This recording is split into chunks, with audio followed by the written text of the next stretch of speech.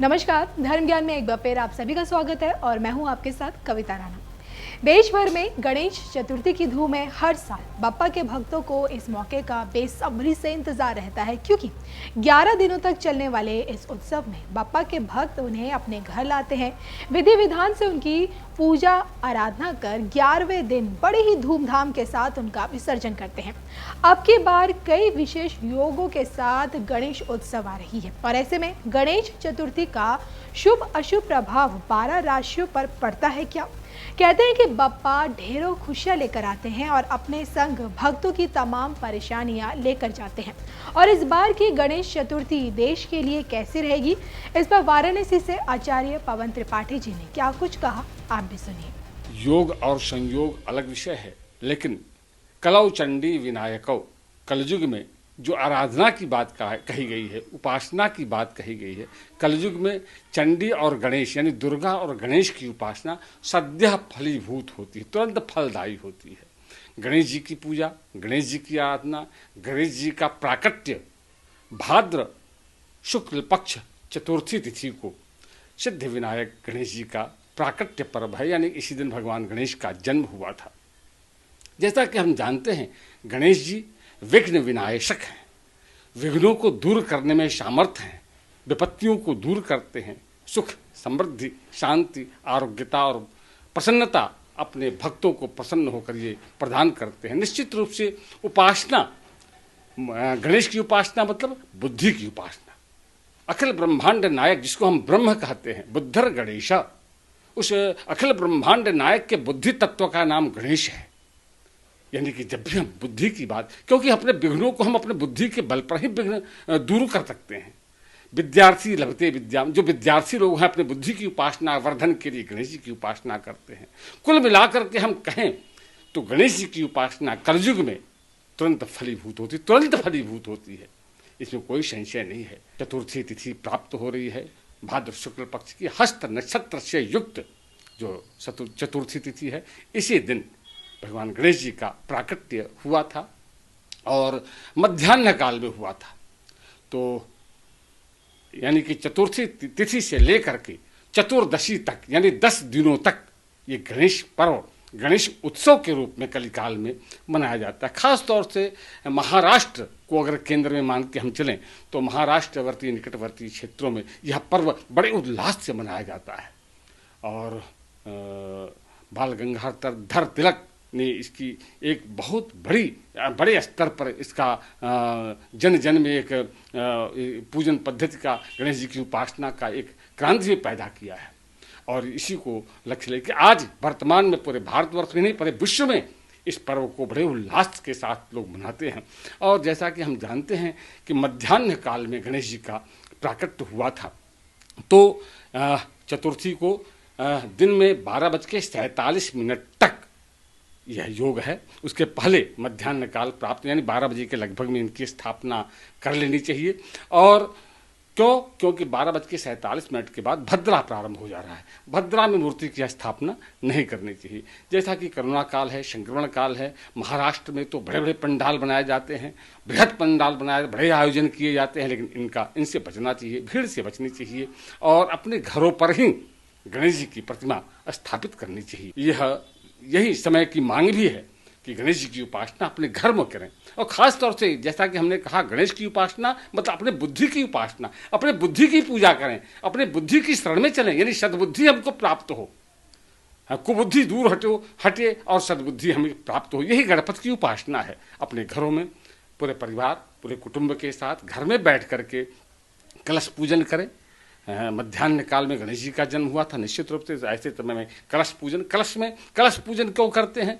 कलश में इसलिए पूजन करते हैं कि सारे के सारे देवी देवता गणेश जी के अलावा जो इतर देवता हैं, ब्रह्मा विष्णु महेश या अन्य देवियां, सब के सब कलश में आ जाते हैं। क्योंकि गणेश जी का आवाहन करने चल रहे हैं हम, इसलिए सभी देवताओं सभी देवियों को पहले हम आवाहित कर लेते हैं कलश में, और उसके बाद गणेश जी की प्रतिमा दिव्य किसी चौकी के ऊपर रख करके कदली यानी केले के खंभे बांध करके चारों तरफ स्थापित करते हैं और उसके बाद उनकी प्रतिष्ठा करते हैं।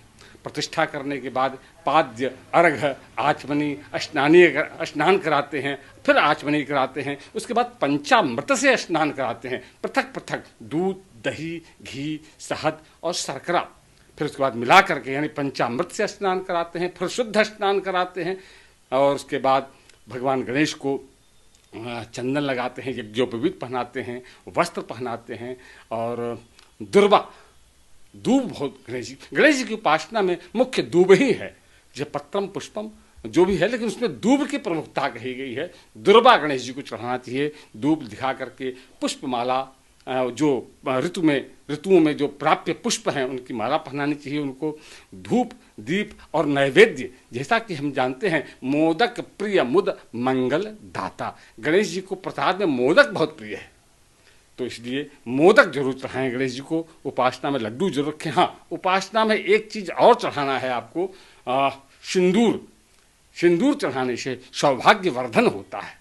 हर किसी माताएं जो सौभाग्य की कामना चाहती हैं वो गणेश जी को सिंदूर का लेपन करें। धूप, दीप, नैवेद्य चढ़ाएं और उसके बाद कुछ दक्षिणा रख करके कर्पूर की आरती और दीपक की आरती, दोनों आरती पृथक पृथक करें। इस प्रकार से संक्षिप्त पूजन आप घर पर बैठ कर सकते हैं। पंडालों में जाने की कोई जरूरत नहीं है। काल है, कोरोना काल है। हाँ, अगर हम योग की बात करें, विद्यार्थी लभते विद्याम, धनार्थी लभते धनम। विद्यार्थियों को बहुत अच्छा पर्व है। विद्यार्थियों के लिए खास तौर से वह अपनी बुद्धि की उपासना करें। बुद्धर गणेश, बुद्धि की उपासना यानी जो हे प्रभु हमारे बुद्धि को कुमार्ग से सद्मार्ग की तरफ प्रेरित कीजिए, अंधकार से प्रकाश की ओर, धीमहि धियो यो न प्रचोदयात्, अंधकार से प्रकाश की ओर हमारी बुद्धि को ले चलें। अगर विद्यार्थी मनोयोग से इन 10 दिनों में गणेश जी की उपासना करते हैं और ओम गंग गणपतये नमः, बहुत सरल मंत्र है, इस मंत्र का जप करते हैं। कौन सा मंत्र है? ओम गंग गणपतये नमः। 108 बार इसका जप करते हैं तो निश्चित रूप से ये 10 दिनों की ही उपासना व्यक्ति को 1 वर्ष तक ऊर्जावान करती है। व्यापारी हैं, अगर ये 10 दिनों तक गणेश जी की उपासना करते हैं, ओम गंग गणपतये नमः इस मंत्र का जप करते हैं, तो निश्चित रूप से उनके व्यापार में वर्ष पर्यंत विघ्न की दूर दूर तक कोई आशंका नहीं रहती है।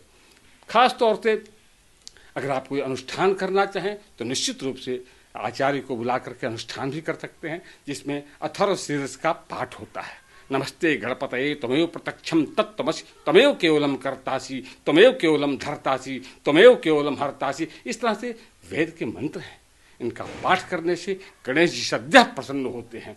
जैसा कि हम जानते हैं गणेश जी कौन है? परा अम्बा जगदम्बा के भगवान शंकर के पुत्र हैं और प्रथम पूजनीय है। हमेशा प्रथम पूजा इनकी की जाती है। किसी भी कार्य के प्रारंभ में बिना इनकी पूजा में सनातन धर्म में कोई पूजा आगे बढ़ नहीं सकती। इसलिए श्रद्धा और विश्वास के साथ इनकी पूजा करने से निश्चित ही सर्वोपद्रव सर्व विघ्नों का शमन होता है, इसमें कोई संशय नहीं है। बात करते हैं ग्रह योग की, तो निश्चित रूप से इस बार बहुत अच्छा योग बन रहा है कि जब गणेश चतुर्थी लग रही है और उसमें पराक्रम के 2 ग्रह यानी सूर्य और मंगल, हमारे यहाँ ये पराक्रम के ग्रह गए हैं। एक राजा है, एक मंत्री है।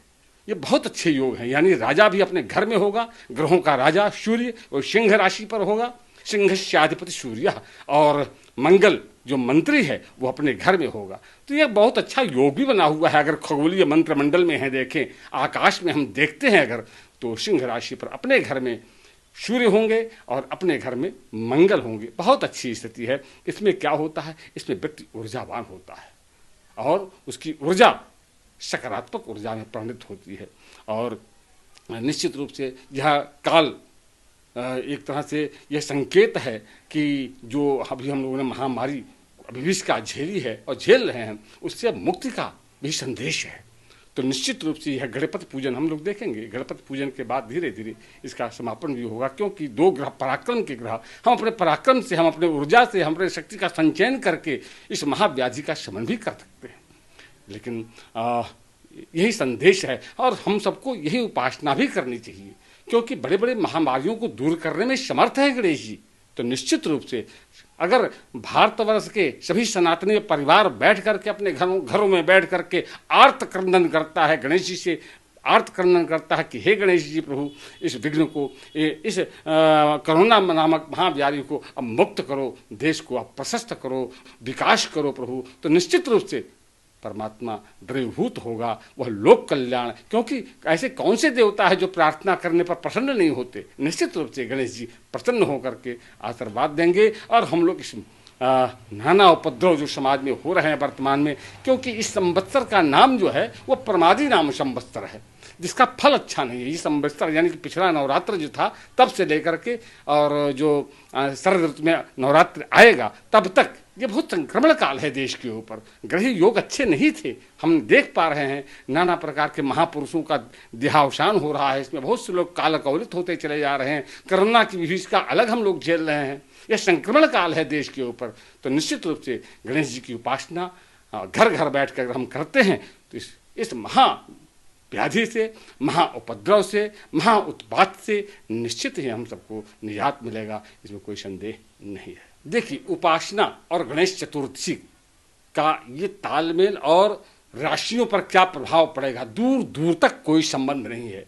अगर इस तरह से इसकी चर्चा अगर हो रही है समाज में, कुछ छद्म ज्योतिषी इस गणेश पूजा को राशियों से जोड़ना, ये बिल्कुल गलत है। गणेश पूजा एक उपासना है, एक आराधना है। चाहे आपकी दशा अच्छी हो, चाहे ग्रहों की गतियाँ अच्छी हो, चाहे ग्रहों की गतियाँ बुरी हों, उससे लेना देना कुछ नहीं है।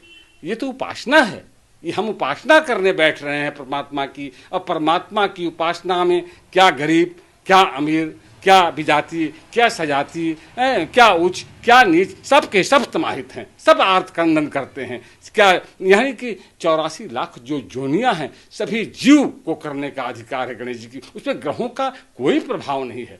ऐसा नहीं है कि किस राशि पर, वो राशि का प्रभाव अलग है, वो अलग विषय है, वो ज्योतिषी गणना है। लेकिन ये उपासना का विषय है, ये हम उत्सव मनाने जा रहे हैं। और इस उत्सव में जैसा कि हमने कहा कि निश्चित रूप से एक ऐसी घटना है, घटना क्या कहेंगे कि एक संयोग है कि दो ग्रह जो कि बहुत पराक्रम के ग्रह हैं, जिसको सूर्य बुधादित्य योग भी बन रहा है, और जिसमें सूर्य अपने घर में होगा, मंगल अपने घर में होगा, देवगुरु बृहस्पति अपने घर में होंगे। इस तरह से कुछ है जो अच्छे सात्विकता के जो ग्रह हैं, बृहस्पति अपने घर में हो, ये निश्चित रूप से अच्छे योग हैं। यानी कि अच्छा योग में ये गणेश चतुर्थी आया है तो निश्चित रूप से अच्छा फल भी प्राप्त होगा।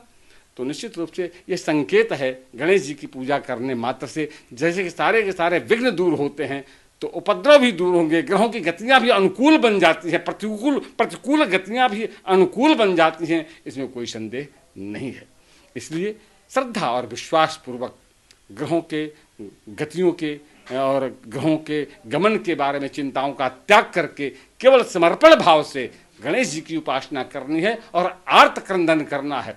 निश्चित रूप से गणेश जी प्रसन्न होंगे और सबको इस संक्रमण काल से मुक्ति दिलाएंगे। विद्यार्थियों को विद्याधन का लाभ होगा और व्यापारियों को धन का लाभ होगा, और जो विघ्न है देश के ऊपर, समाज के ऊपर, उसका भी शमन होगा, इसमें कोई संदेह नहीं है।